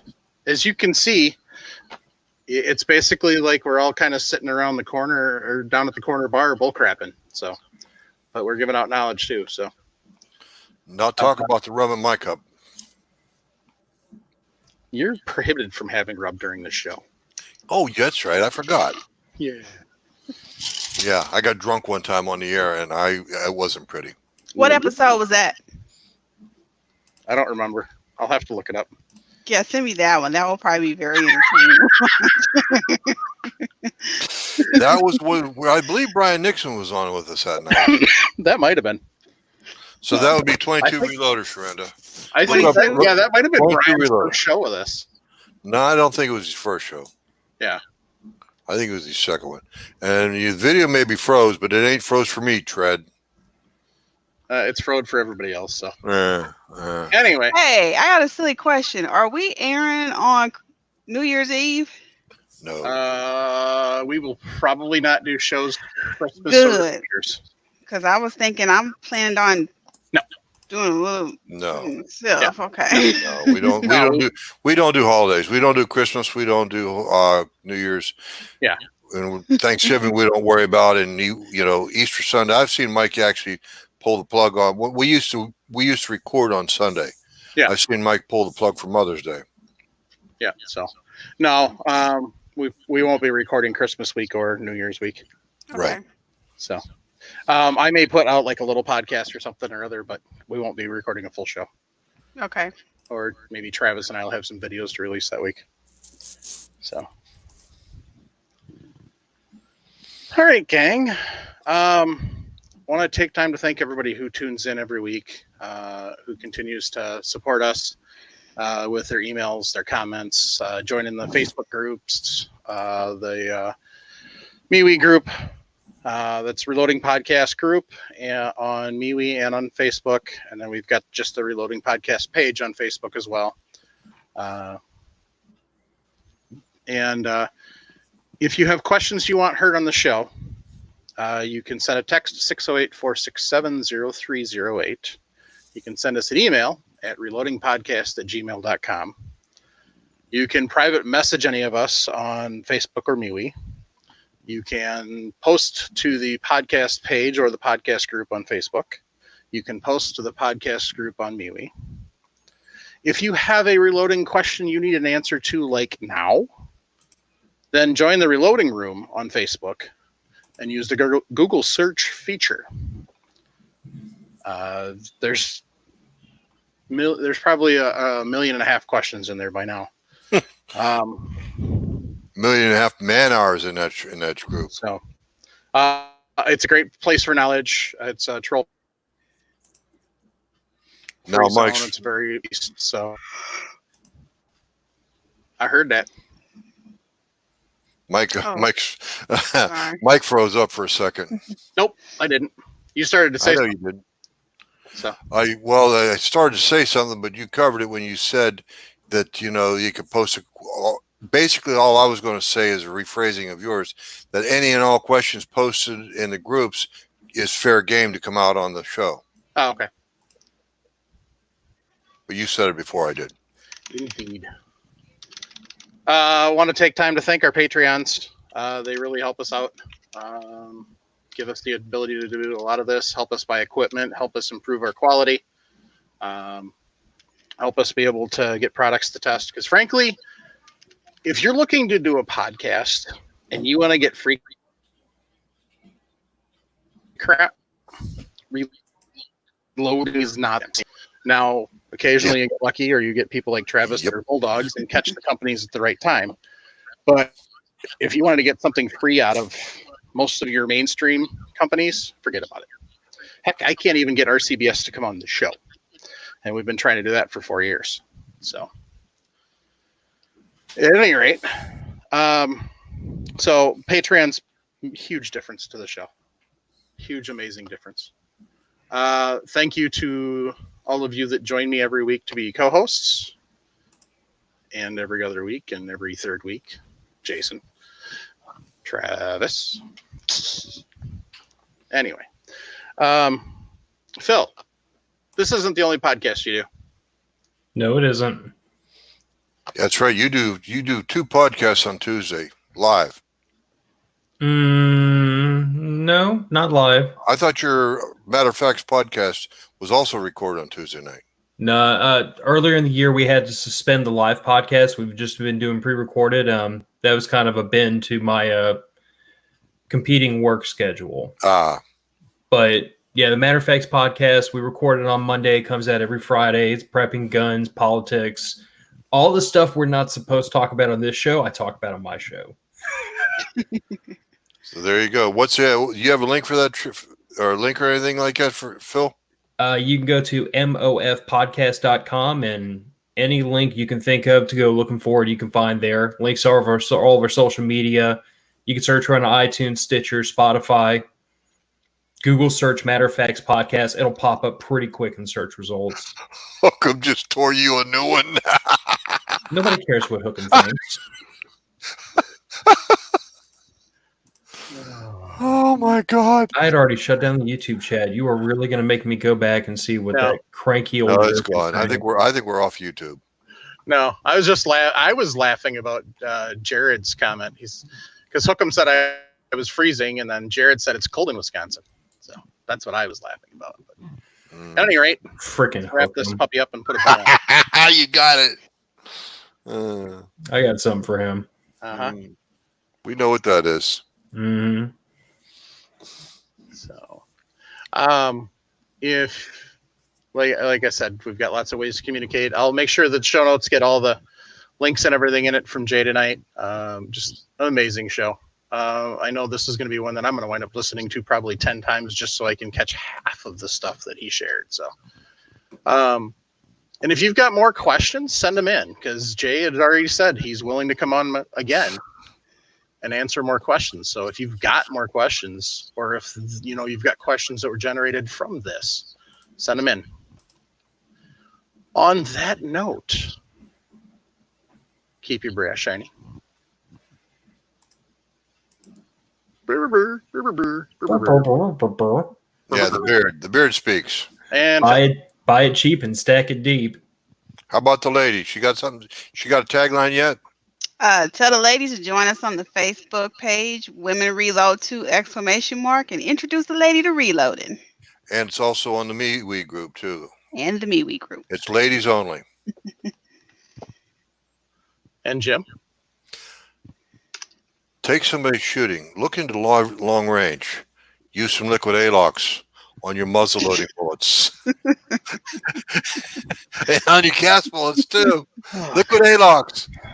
No, not the stuff that leaves. It's not just for breakfast anymore. That's right. Use white X-Locks, white lube.